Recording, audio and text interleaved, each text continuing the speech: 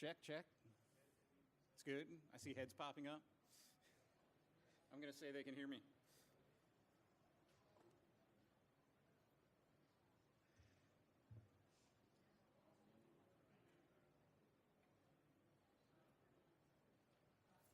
Ed, are you walking around scanning people as they come to your event to hear somebody talk? Ed's the account manager, everybody. Yes, he's going to scan you. It's one of those shows. Sorry. Good morning. My name is John Ross. I am an SE manager now with Carbon Black. They're making me manage people instead of machines. I've been a product manager. I've been one of the systems engineers as well, working with customers, both with Ed back there on the federal side and on the commercial side in different places. That's getting a little hot. Thank you all for coming to join us this morning. This presentation is usually an interactive session where we have you all bring laptops and we get you into a cloud environment and we actually let you do some of the hunting. This setup is not really conducive to that, so we're going to work with it. We're going to see how far we can get, and I'm going to make sure the SEs back in the booth have access to all the labs and can play with it and work through it with you if you'd like. So if you like what you see here and you want to see what the labs are like, please go hit the booth, hang out with those guys. They'll take you through the stuff.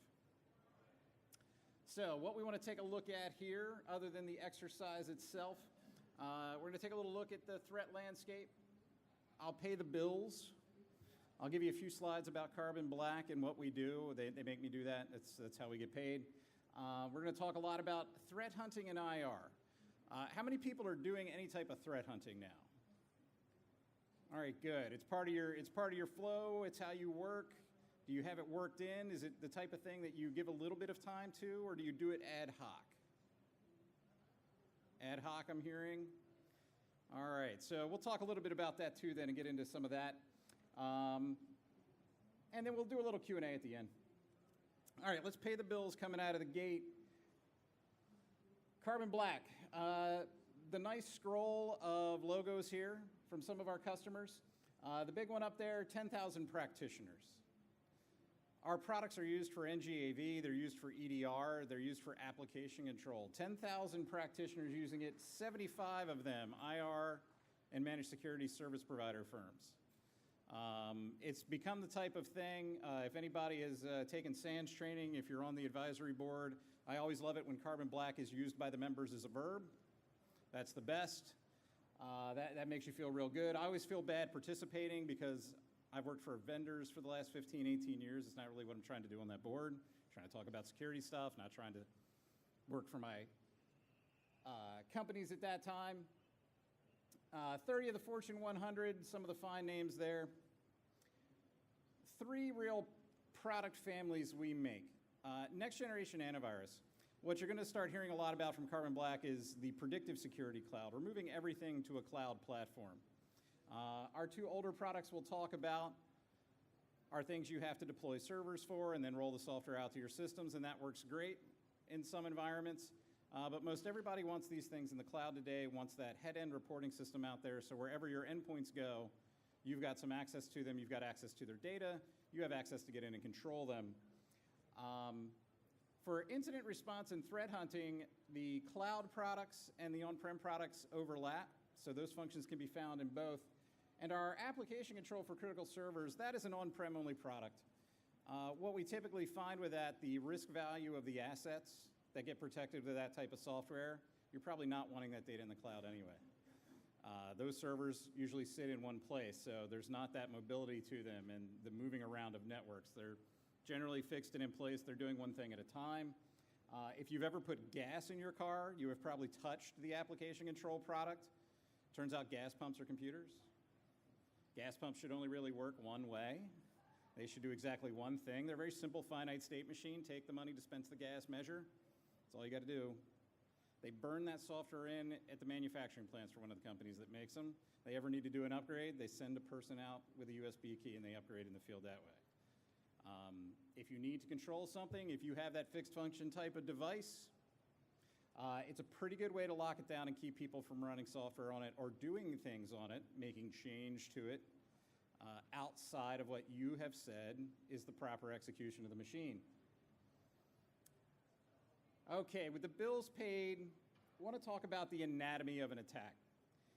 One of the things I run into particularly as we picked up an NGAV company and started selling to it to a wider market, more antivirus companies, about every 6 months it changes when I talk to people. It's right now the thing everybody's worried about still is the Eternal Blue vulnerability that was used in WannaCry and the Petya ransomware last year. Before that it was LockE. Give me a few more weeks, there'll be some new thing that lights up the world. And the problem is, these are all great things to be worried about. They're absolutely threats. They can do some bad things to you. But they are not the attack. They are an element of the attack. But attacks are more fluid things. They take place over a wide range of time.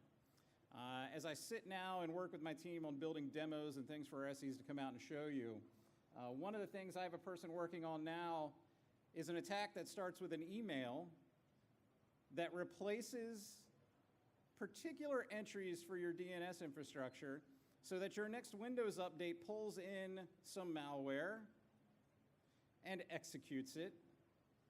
And then that piece of software pulls in some other elements and makes change to your systems and takes total control of the endpoint. Lots of steps in that. The beautiful thing is, right there in the middle, PowerShell-based attacks. PowerWare is a fun thing. Everybody loves PowerShell, but the reality is Microsoft ships 70 or 80 tools that can all be used for arbitrary code execution if you give the command the right way. We don't even really have it all documented yet. I had Red Canary on one of my slides up here. There's a researcher at Red Canary. He's great for finding these things. Pops out 3 or 4 every few months. And he hasn't run out of things on the disk from Microsoft yet. They come with your operating system. They're sitting on your hard drive. And they'll let you run whatever code you want. Or they'll let the person who establishes access to your system through the phishing email run whatever code they want. The reality is I don't have to download bad software to your system to steal from you. I don't have to download bad software to your system to encrypt all your files and ransom them back to you. I don't have to download software to steal your passwords. And then just log into your VPN and watch everything you do from then on out and leak, I don't know, all of OPM's data to China. Sorry if anybody in here was involved with that. I don't want to make light of it. My data was in there too. But an actual attack is just like this. We can start on the left with a browser. It makes a call out. Browsers are supposed to be network clients, right? They'd be really bad pieces of software if they couldn't use the network and pull some data back. In this case, we're moving on to the second icon there. This browser runs some Flash-based piece of code. Flash is great at putting cool things on your screen. It's also great at letting people run software in the background because, let's face it, Adobe has not got the best track record of giving us security flaw-free software. What's going to happen in our Flash is it's going to modify the registry. That's a great way to force your software to run instead of the operating systems. And it's going to run a shell. It's going to give itself access to your system. This is one of the great things to do. Attackers love to have your system call them and give them a command prompt. No firewall stops it because we let our systems talk out on the internet. Our admins use command prompts all the time, so we leave the software on the system. I'm not sure you could actually delete the command prompt. I know you can't delete PowerShell from Windows 10. I mean, you can do it. Operating system's not going to work for very long, but you can do it. Moving on into our shell now, we get some fileless problems. We get shells running commands, not from some file they landed on disk, not from some binary they shoved into your registry and then read back out, though that would be fine too. But in this case, just commands being fired in by the attacker that run code. No real artifact left behind. And the scary one here, where the real pain starts to begin, the suspend of a process. This behavior is the beginning of a problem that evades traditional security controls. All the way to the right, how we end up with a LockE on the system, locking the system down. From that suspended process, the attacker will inject code into it in memory. So when you run a piece of software, your processor pulls that file off of the disk and starts running the commands from memory, because disks are very slow compared to how a processor thinks. So from disk into memory into processor. When I suspend a processor, I tell the CPU, hey, that thing in memory, just pause for a minute. No different than watching a movie on Netflix, hit the pause button, come back a few minutes later. While we're paused, the attacker changes that memory. Doesn't read something new from disk, changes the memory of what's already there, this process that's running, and then hits the play button. Now, if you have antivirus, antivirus checks on that first load from disk into memory. And then once you let the CPU go, antivirus doesn't see the file anymore, doesn't see the code anymore, has no idea if it's good, bad, or indifferent. It doesn't care. It thinks its job is done. The problem is it's not. This is something called process hollowing. Get a good process running, change all of its data in memory, and then tell the CPU to keep going. Lets an attacker run pretty much whatever they want when they can pull it off.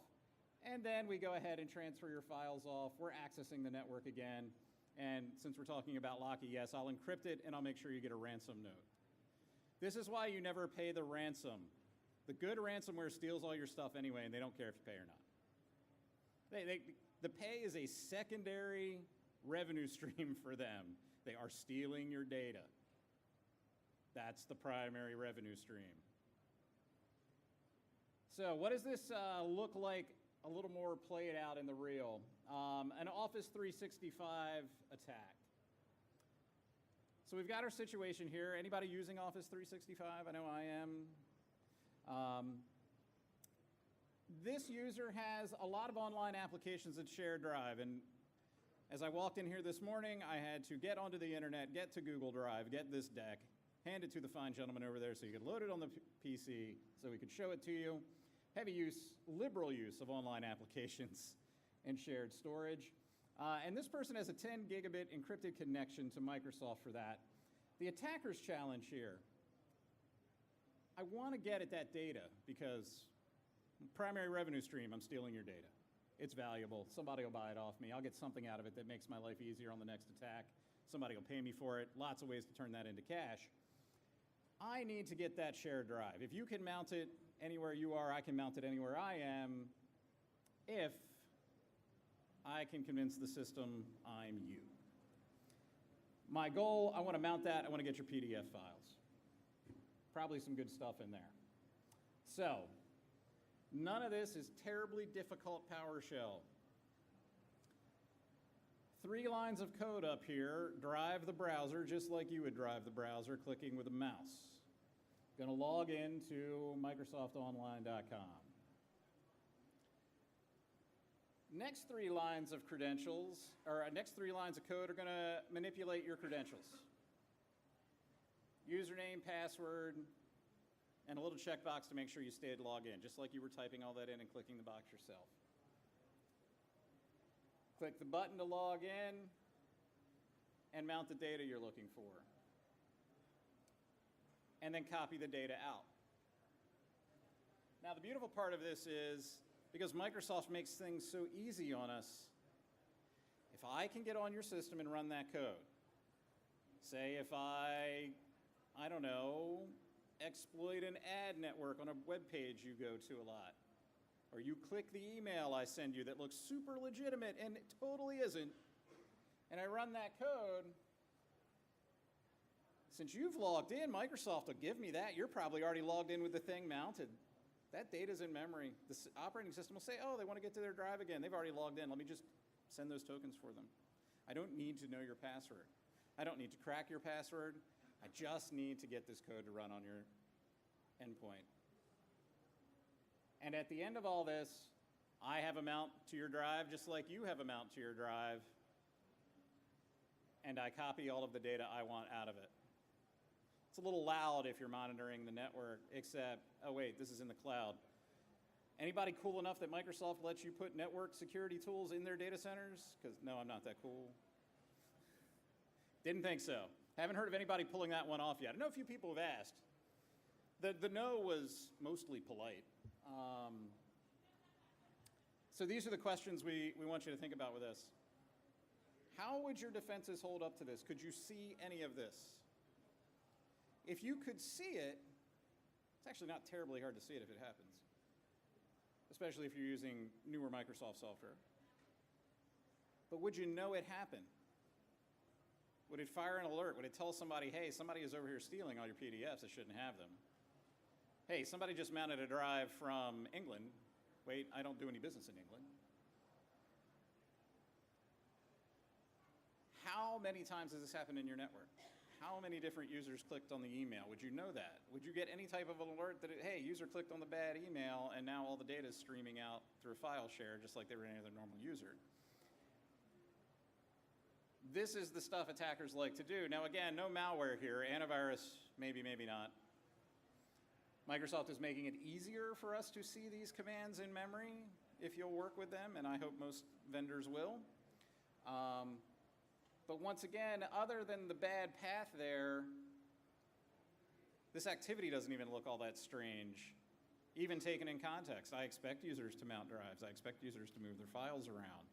The bad guy path name is a little rough. That's kind of odd.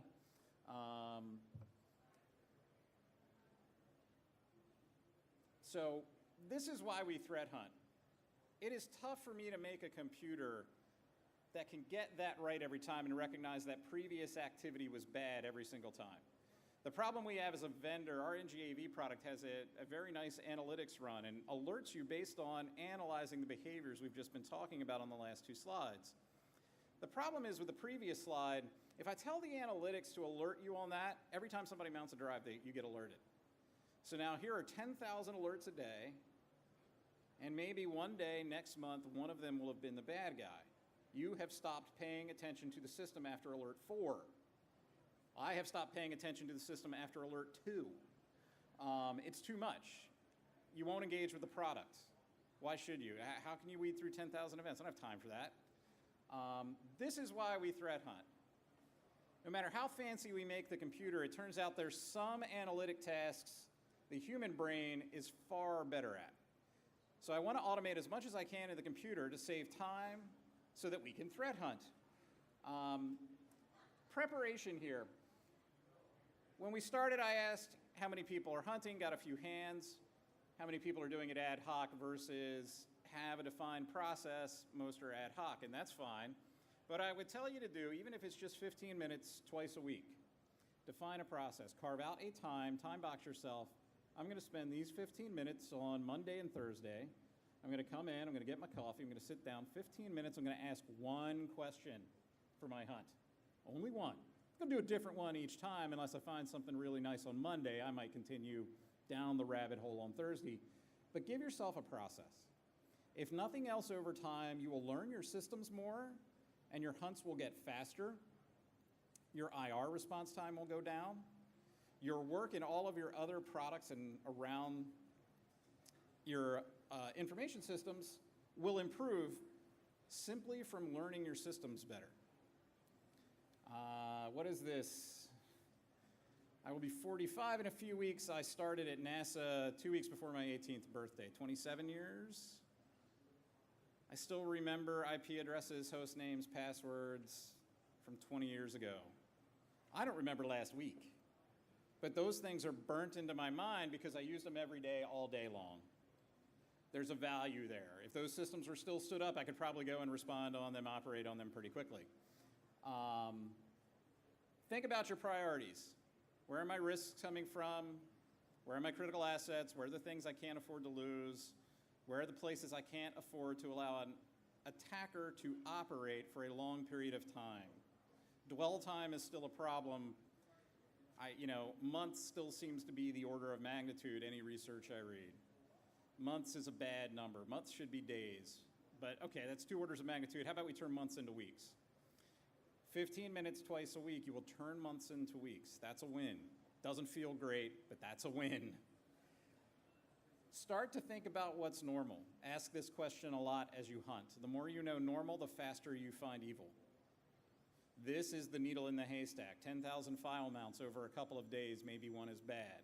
Computer's not very good at that. They all look the same to the computer. When you know normal, when you know what path names should look like, when you know where people operate, when you know who's actually out on vacation, that one needle in the haystack pops out to you much faster. Can't teach the computer that very well yet. Do your investigation. Like we said, keep your scope defined. Threat hunting is a rabbit hole. Don't let it consume you. Get your data. If you ever find something, if the smoking gun pops up one morning, great, expand your investigation. This isn't a threat hunting exercise at that point. It's an incident response exercise. I will caution you. You will not find a smoking gun most days. This is good. This is fantastic. People get really upset when you demo software, when you do a POC of software and you don't find a smoking gun. It's congratulations, your network is not as bad as you thought. This is not a bad thing. Doesn't mean that won't change tomorrow, though. If you find the problem and you're responding, yes, get rid of the adversary. Limit the impact to the system. We all get taught at some point doing this work that for risk analysis, what we want to do is figure out the likelihood of an event and the impact of the event. That tells us our risk if we multiply those two together. I'm here to tell you likelihood is 1. It's not really. I'm being reductive, but I'm being reductive for a reason. Forget likelihood. Focus on impact. You can control impact. I can't really control likelihood. It's fuzzy. I'm taking a guess every time I do it. No matter how cool and good I think my guess is, I'm guessing. Impact, on the other hand, I know what my data's worth. I know what my critical systems are worth to me. I know how long it would take for somebody to steal a gigabyte of data from me. Impact I can control. And if impact is 0, so is risk. Doesn't matter what the likelihood was. So set it to 1 to get started. Over time, you'll figure out, yeah, if I control impact, I win. Quarantine the system, kill processes, repair, recover, level them if you have to. And at the end of this, even just for your hunting, definitely do this at the end of an IR engagement. But one of the things, and we teach people IR, the final step, lessons learned. Do a post-mortem. Be better tomorrow for having had this happen to you. I had to stay up for 72 hours recovering my business once. I can still tell you exactly what I learned for that and show you exactly how to do it on systems. I can show you exactly how the attacker got in. It is actually in one of the Matrix movies.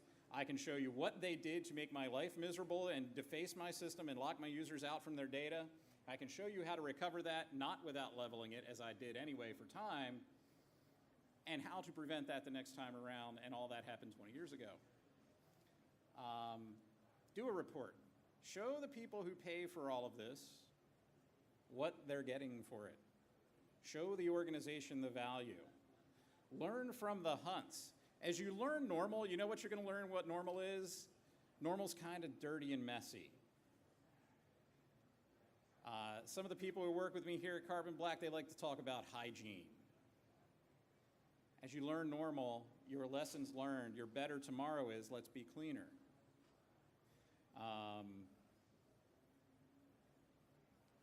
I'm trying to think of a really fun hygiene story now and not out anyone, so we won't do that.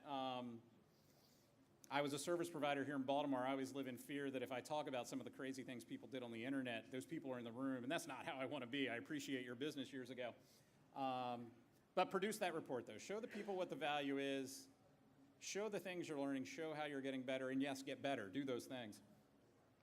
So the threat hunting curriculum, we're not really going to get to do this. Sadly, if you do go by the booth, though, if you want to see this curriculum, like I said, I'm going to make sure the guys in the booth have this data, can take you through at least one of these exercises. One of them is a use case they demo too, so they're certainly ready to go for that.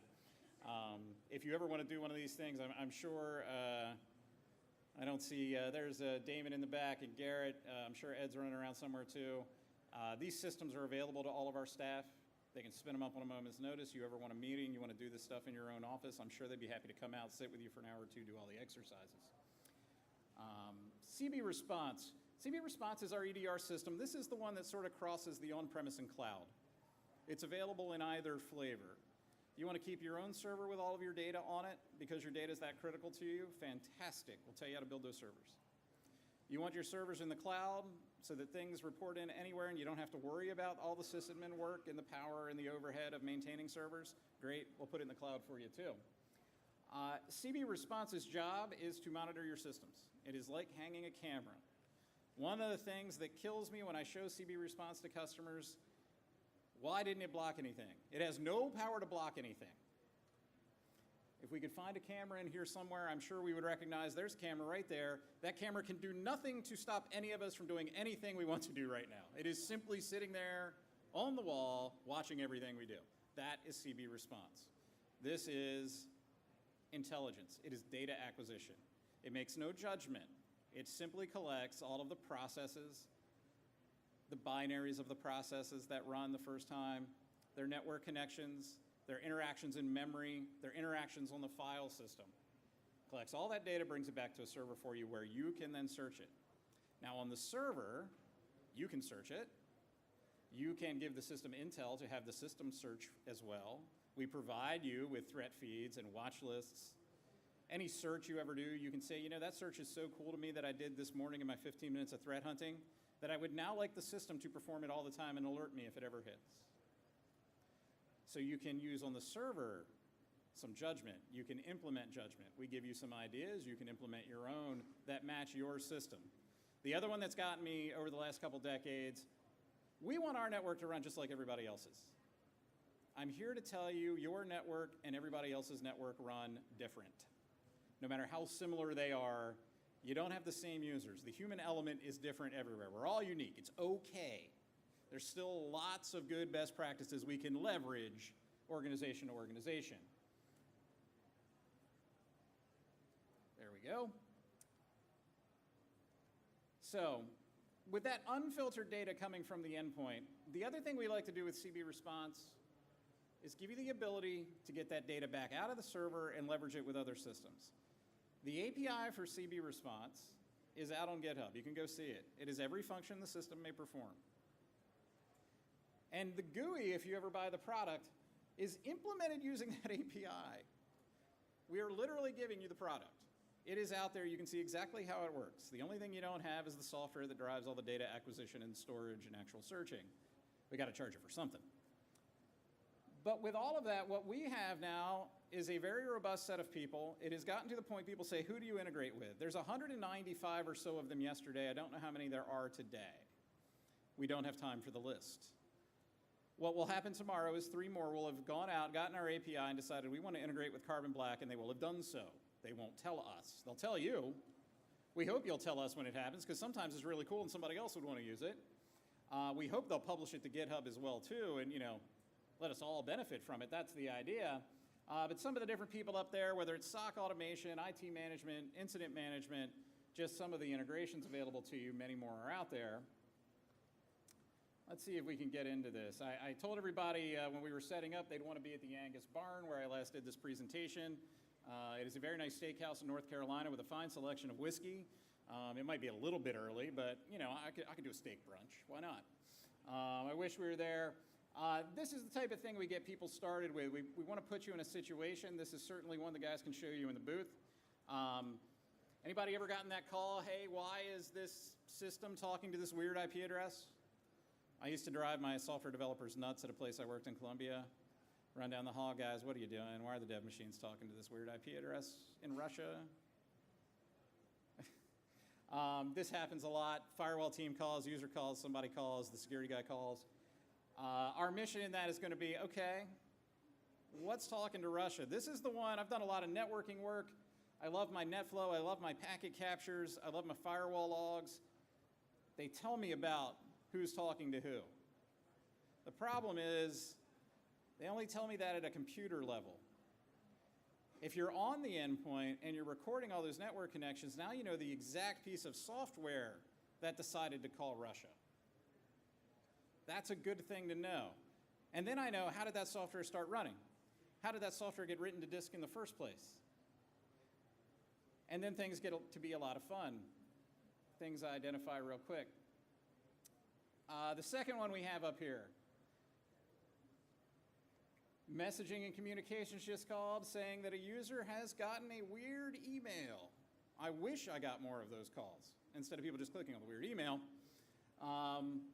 We'll take you through, okay, how do we find the strange Excel document that popped up on the weird email they clicked on? At least they decided to tell us about it. And did it do anything bad, or were you okay this time? The other thing we get researching these things,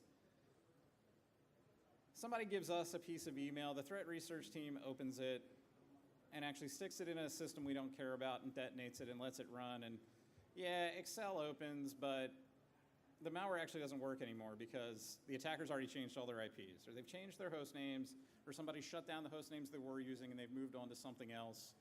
or the code wasn't written that well to begin with, and it just doesn't run all the time. Beautiful thing about an attacker, I gotta tell you, I really don't care. If I send out 10 million emails today and I get 1 million hits, I don't care if only 1% of my software runs on those million hits. I'm sorry? Yeah, thank you. There we go. I thought something was a little weird. What do we got for this one? Oh, poor performance. Poor performance on a system and PowerShell is running. I don't know what PowerShell is. I'm an accountant. What's a PowerShell? It sounds cool. How did all of that get there? You'll get to investigate that one. There we go. Went right through it. Some other things we like to talk about to give people some idea. I get people, okay, how do I start threat hunting? Again, twice a week, sit down with one question. Some good questions to get started, some very simple questions that pay off a lot of dividends. Where are my command shells calling out on the network? The shell itself very rarely needs to use the network. You might run something else out of it that uses the network, and that's fine, but the shell itself, a command prompt, a bash, a PowerShell, a Python, whatever this interactive thing is you're in, rarely needs to use the network, as it turns out. Find those. Remote server network admin tools on non-admin systems. A sysadmin for a long time, had all kinds of stuff on my system. This is the hygiene question. My admin tools do not need to be on the accountant's computer. The accountant has no idea how to use them. Why have them there? I don't know how to use automatic nail gun. So you know what I don't own? An automatic nail gun. There's no point in me having it. I would just put nails in my foot. It wouldn't be good. Office documents running programs. Turns out Microsoft Word really doesn't need to run a lot of software. If it's doing it, it's worth understanding why. Flash or Java running a command shell. Your Flash video does not need a command prompt. Really doesn't. Normal behavior of admin accounts. This is where you start getting to some of the user behavior. Humans fall into patterns. Engineers, admins, more so, I think. Start seeing weird patterns of behavior with those admin tools. Start seeing weird places where your admins are popping up that they don't normally pop up. That's the insider threat question. It's not great. We don't want to have that happening either, but we have to realize that's a real risk, and unfortunately a very impactful risk. It's one we have to pay more attention to. Creation of new accounts locally or on a domain. Operating system processes. We pick on Windows here. I pick on Windows a lot. It's still 90% of all hosts. But on Mac, the same types of things exist. Anything with a strange parent. We have a whole threat feed in CB Response for Windows that Sans helped author. That is, where are the weird parents of Windows? Right? If you know the good, then you know the evil. That's actually what Sans calls their poster, the no evil poster. Come on, there we go. So inside of CB Response, complete visibility. Like I said, you'll know every file that gets written, every process that runs, every network session they make, registry change they make, inter-process communication they make. We combine that with automation, watch lists, threat feeds, open APIs for you to bring in other information. We give you the ability in that product to complete the IR cycle. You may contain a threat, quarantine the host on the network, log into the host with your own reverse shell. We give you in this product what the attacker seeks to gain pretty early. We give you a reverse shell. We also give you the tools to know who's using that reverse shell and to lock out and control who may, because what we are handing you is a privileged shell on all of your endpoints no matter where they go. If I'm sitting in Starbucks and I'm on the network and I'm shopping at Christmas, you as the admin can log into my system. An incredibly powerful option, especially if we think something weird's going on. And we want to leverage the community for this. This is why we give you that the threat feeds capability, the ability to bring in your own feeds. It's part of the reason we give you the open API. But we also maintain a good user exchange of all of our customers sharing data, all of those MSSPs and IR partners out there, and definitely encourage people online to share this information. It is too much stuff for any one person to know. We have got to help each other out. It's the only way to stay ahead of things. And with that, some of the folks you'll see at the booth, Ed Elmore, Damon Cabanillas, they're in the back here, at least one of them. Definitely stop by and talk to those folks. Ask the SEs to run you through some of the exercises, show you the product. Normally, I would be driving a computer with this, and we'd all have laptops and a steak lunch. Make those guys come buy you the steak lunch if you're allowed to take such a thing. They'd be happy to come do it for you. And with that, how am I on time? Do we have time for questions? Excellent, 20 minutes. I figured I'd get done early. So if there's any Q&A, we can certainly go through it, or I can give you 20 minutes of your lives back. My gift to you. So all right, guys, I will hang out for the next 20 minutes. If you want to come up and talk, ask questions,